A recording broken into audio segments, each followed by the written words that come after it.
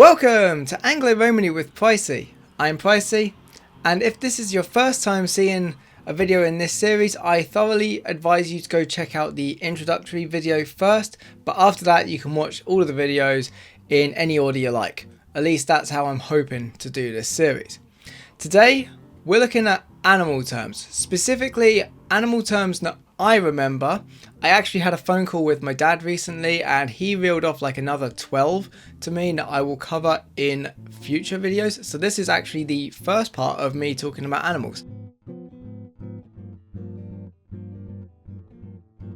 Now it can definitely be argued that there is no animal more important to Romany people than horses. In England we even have the Appleby Horse Fair, which is like a big celebration of Romany culture where horses get shown off and sold. And if you think about the history with, you know, all those people migrating for hundreds, probably, you know, over 1,000 years, horses would have been the way to do it. And the word for horse is Grai, and it's going to be familiar to pretty much all English speaking Romanys. There might be a few variations here and there, but Grai is one of those words where it really hasn't variated much at all. Now I grew up around horses, but that was really more from my gorger side of things. Ironically, the term Grai to me is most familiar because there is a song which is kind of semi-famous among Anglo-Romany people called Mandy Gel to Puff the Grai, or was it Mandy Vel to Puff the Grai? Basically, I took the horse to drink, effectively. I'll get into some of these other words in other episodes, but the important word here is Grai. And really, I did hear like maybe my uncles or my dad's cousins who are involved with horses use the word, so I kind of put it all together from that. But I mostly know this word from this song that my dad used to sing quite often, particularly when he'd had a few. Now as for the etymology of this word, I've read it in quite a few different places now, and this one has come through pretty much from Old Armenian. It seems that the word originated from, I think it's grast or something along those lines, which means pack animal in like an old form of Armenian, and it's just sort of gone through from there. So it's most likely, geographically speaking, that the people who brought this one all the way into, you know, North and Western Europe probably were the Romanys who came up through the Caucasus countries into Russia and then through Eastern Europe that way. And yeah, like I say, this one is pretty much a universally known word among Romanys in England. If you hear a Romany in England or Wales use the word Grai, you know they're talking about horses.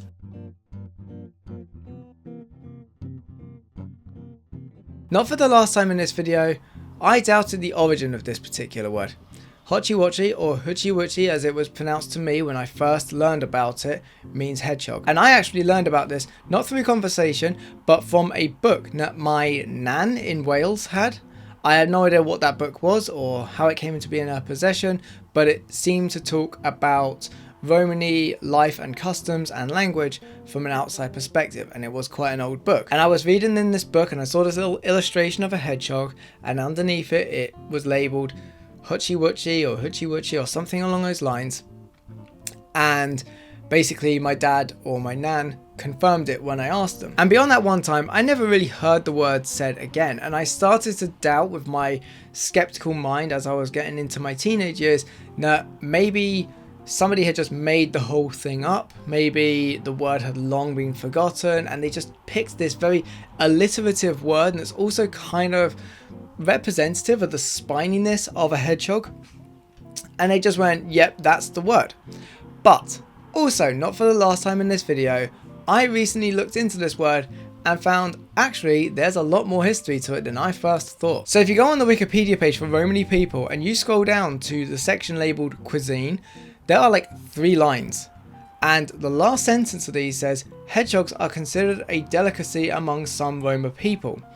My dad has confirmed this several times. In fact, actually he told me this without even being invited, that when he was younger he used to just go out with his dad and they'd find a hedgehog, hit it on the head with a stick, and then they'd bring it home, prepare it and eat it. And as it turns out, this actually has something to do with the word.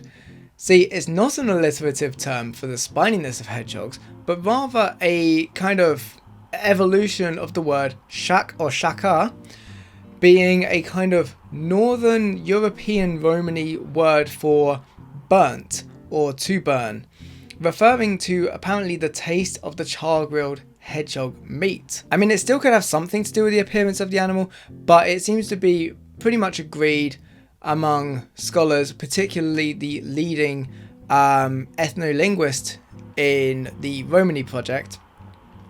Now, it has come through from the word to burn or burnt, and every variation of hedgehog across Northern Europe has come through from this word. It just so happens that Hotchiwitchi is the one for my family, but there are actually a whole range of different words referring to hedgehogs, all of them coming from shak or shaka in some way. Now, as I say, this word shak or shaka, meaning burnt or burnt, is used predominantly in the north of Europe. In the south of Europe, they have a completely different root word among the Romanys, all across the Mediterranean. And it seems that this one, shaka, has come through from Old Indo-Aryan, which I've seen sort of just labelled as Sanskrit, but potentially it could be much older than that. There have been studies done recently which have found that the cradle of all Indo-European languages may actually be somewhere around about the Caucasus region. But in any case, this is a word where it actually has quite a lot more history than I realised, even though I was doubtful about its origin. Speaking of which, let's get on to the next one.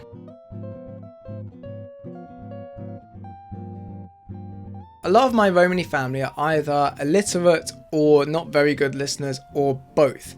And so when I heard the word Jukkel, which was used quite a lot in my childhood, we always had dogs around, being used to describe dogs, you know, like get the dogs in, get the Juckels in, or whatever, Vela Juckels in, I just assumed that they were trying to say the word jackal and sort of mispronouncing it. Actually, it kind of went both ways, because I heard the word Jukkel long before I heard the word jackal, and I always read the word jackal as Jukkel, thinking that the two words were one and the same.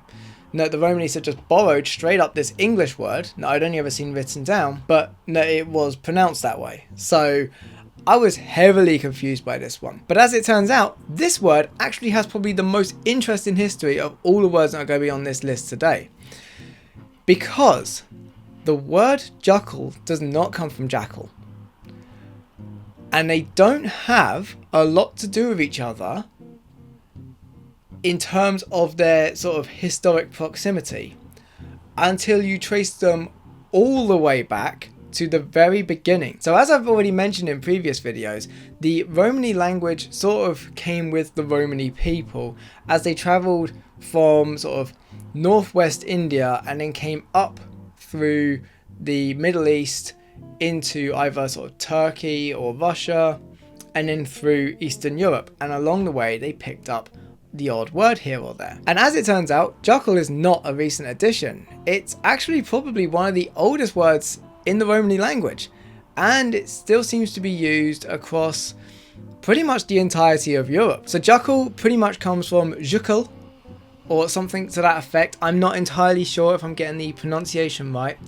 And this is the Kuldarash Romany word for dog. Now, for those who don't know what Kuldarash Romany refers to, and I didn't even know until fairly recently, the Kuldarash Romany are a group of Romany people who have pretty much stayed in sort of Turkey, Bulgaria and Greece since arriving in Europe. They didn't really venture much further west. And as such, they didn't pick up on other cultures quite so much. In fact, they really stuck to their own culture, their own language and their own customs, and are arguably probably one of the purest Romany people that still exists today.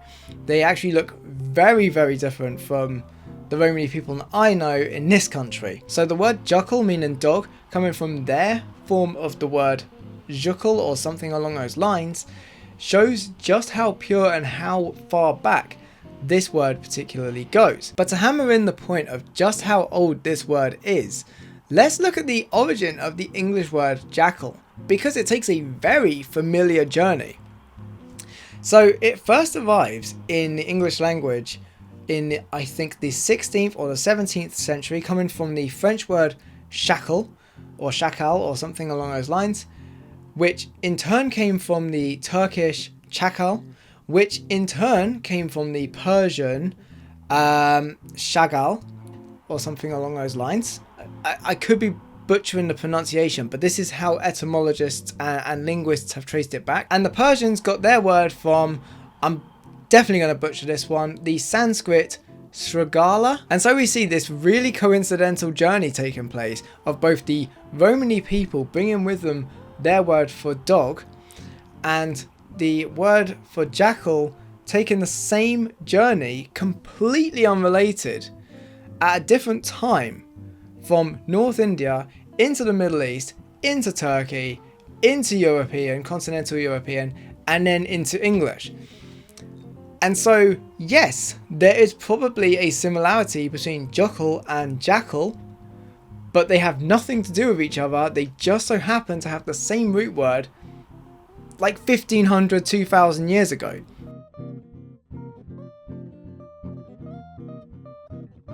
Now this word is interesting because it highlights a very particular part of Romany culture: superstition. I was not allowed to say the word monkey growing up. I just wasn't. Like, if I said it, my dad would sort of hiss through his teeth, say Jotta! And it wasn't just my dad, it was basically all of his extended family as well. I wasn't allowed to say the word monkey around anyone from the Price family. That just was a big no-no. It was like the unluckiest thing you could do. That, as well as crossing on stairs, walking under ladders, burning anything that was green, playing cards on a Sunday. Oh god, there were so many. Which hand is itching? Which foot is itching? So superstitious. And you know, when you look at very traditionally minded people, it kind of makes sense that they would hold on to some superstitions. But then a few years ago, I was on the phone to my dad and he used the word monkey, and I was like, what the heck? Like, I was never even allowed to say this because you said I couldn't, and now here you are saying it. And it's like, yeah, whatever. Which just goes to show that superstition is something that is sort of leaving the sort of mindset, not just of Romany people, but people in general. The more we learn and understand about the world, the less superstitious we are. But for a long time, I could only use the word Jotta to describe a small simian with a tail. Now, as for the word Jotta, I had a really hard time finding the origin of this one. It didn't seem to have any correlation to any other language. There is literally nothing out there where like a word for monkey or anything remotely related to monkeys began with a J. And when I looked into the Anglo-Romani dictionary set up by the University of Manchester as part of the Romany project, most of the words for monkey were something along the lines of puga, like it began with a P and it was kind of long. And there were a couple of entries there for jot and jotto, not jotta. But I always learned it as Jotta growing up, and so that's the one that I still kind of refer to. And the reason why I couldn't find any clues as to how the word Jotta had evolved into being is because, quite frankly, there are none. It is a completely made up word. Allow me to explain. There are a couple of other languages here in the British Isles that seem to fly mostly under the radar to everyone but the most intrepid of linguists. One of them is Cant. More specifically, this is known as English Cant, or at least Cant of English origin, and effectively what this is completely made up words so that people outside of a particular group wouldn't know what they were talking about. I guess a lot of the people who would be using this may have been criminals back in the day, or people who were at least trying to hide something from authorities, maybe. The other one is actually the language of Irish travellers, which, as I discussed in the last video where I talk about everything that is to do with Romany and the word Romany, Irish travellers have nothing to do with the Romany people historically, but they have a kind of similar lifestyle in a lot of ways, and there is a lot of mutual understanding between Irish travellers and Romany gypsies, and the two do kind of mix quite a lot, and there have even been some sort of like intermarriages and probably some shared bloodlines along the way since. But very confusingly, the Irish travellers refer to their language, which linguists know as Shelta, as either gammon or cant, and that really confuses things. So anytime a word comes up now where it says that this is of cant origin, I have to now really dig into, is this the cant of Irish travellers, or is this the cant of English possible like lawbreakers? Eventually I was able to hazard an estimation after a lot of research from both myself and my wife that this one probably came from the latter group, the English origin cant, and at some point they had just made up a word for monkey off the top of their heads. Completely incidentally, and nothing to do with the rest of this video, I have also made up my own complete word, and I would love to see it get spread about. I once read a fact that there is no single word for the back of the knee, and I stuck my hand kind of like that in a cup shape on the back of my knee, and I went clape, C-L-A-P-E. Feel free to spread that one about. We can change the language, and I'll know in my heart of hearts that I invented that word.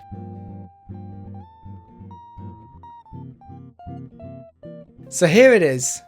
This word is the very reason I started getting interested in this whole subject in the first place, and probably the very reason that I would eventually go on to make this series. In 2017, I was having probably the best year of my life. Quite frankly, me and my family would just go in from place to place every couple of weeks, and we did so much traveling, and I saw so much of different places around Europe. I never really had the money before or since to do this kind of traveling, and we just found ourselves in a position where we were able to go to one country and then 2 weeks later be in another country and then 2 weeks later be in another country, and we just carried on doing this for a bit. Took a break over the summer when it got really expensive, and then went back to doing it in the sort of autumn, going to Slovenia and then Paris. And so there I was on the last day of our trip to Venice, in the airport in Venice, looking for some sort of app that's going to teach me how to say a few things in Slovenian or Slovene. And I don't find anything. There is nothing on Babbel, there's nothing on Duolingo, there's nothing on any of these apps. It's a rather niche language, and the closest I can find to anything to do with it is perhaps learning Croatian. But I want to learn Slovene.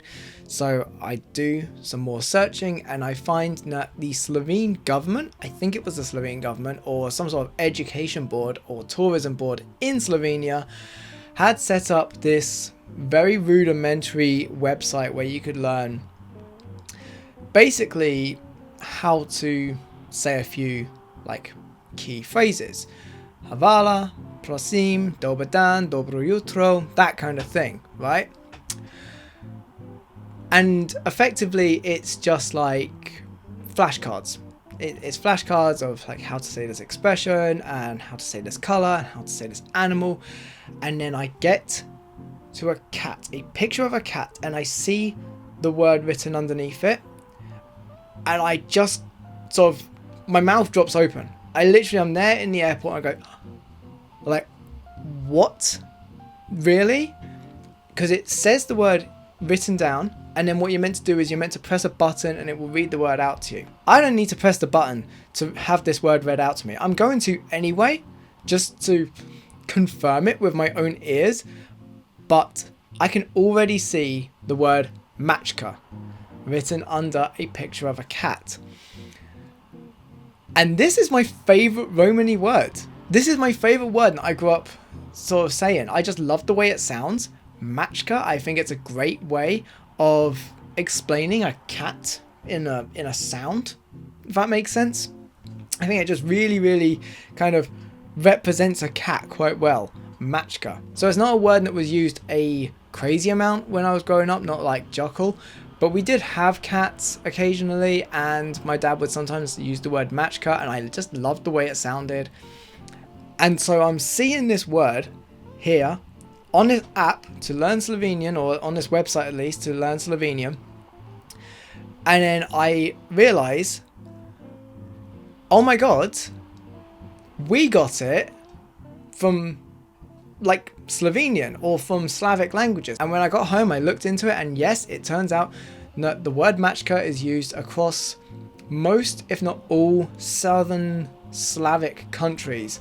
So, you know, Slovene, Croatian, Serbian, Slovakian, basically all the South Slavic countries in that whole sort of Balkan area that use Slavic languages use the word Matchka to describe a cat. And so I realized, oh my god, this is how the Romany language works. That was when it sort of all came together, that I realized that Romany was just kind of taking bits and pieces from other languages. And once I started looking for it, I started seeing it in other areas. Like I say, I love the word Matchka, and I was really happy that I now shared this word with millions of people I didn't know across the whole sort of southeast area of Europe. And it was to do with something in my heritage, and let's face it, none of my family had even gone to Southeast Europe. Not my parents or my aunts and uncles, not my grandparents. This would have been a word that had come over centuries earlier, and it just sort of continued to exist. And so yes, the word Matchka was the very inspiration that I needed to just start looking at the Anglo-Romany language and seeing it through the lens of a migration of sorts, where words have been magpied from other languages. Because compared to a lot of the other words that I've discussed so far, this one's kind of recent. It is very much in Europe, and it certainly hasn't come through from any form of Sanskrit or Persian or Middle Eastern language. It has come from a very specifically European language. And you'll see in other episodes there will be definitely a few more words like this. As always, feel free to like the video, but more importantly, I'm very interested to hear your thoughts. Anything that you found particularly interesting, anything that you find there's a discrepancy in something that I've said or something that I've researched, feel free to let me know. Are you perhaps familiar with other words for the animals that I've described that aren't the words that I've used? For example, the different words for a hedgehog or monkey. As I mentioned at the beginning of this video, there will be one or two more videos on the terms for different animals, but in the next video I will be looking at sort of command verbs, if that makes sense. Like commands, things that, you know, I was sort of told to do or like asked to do or whatever in different contexts. I'll start looking at some of those in the next episode before I visit other areas of the Anglo-Romany language. Feel free to check out the rest of my channel if you're into music discussion, retro games, or indeed want to see more of me talking about the Anglo-Romany language, as I will be at the end of each month roughly. Then feel free to subscribe, and until next time, have a good one.